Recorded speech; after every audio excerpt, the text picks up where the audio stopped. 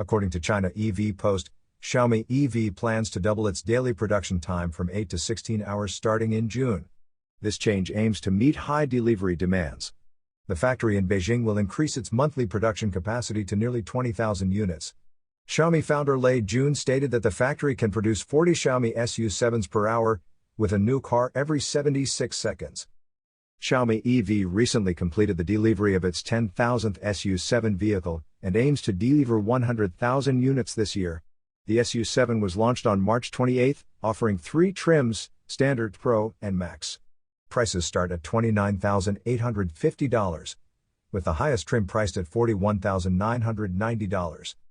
Customers ordering the Xiaomi SU7 now face a delivery wait of at least 30 weeks, with the Max variant taking up to 37 weeks.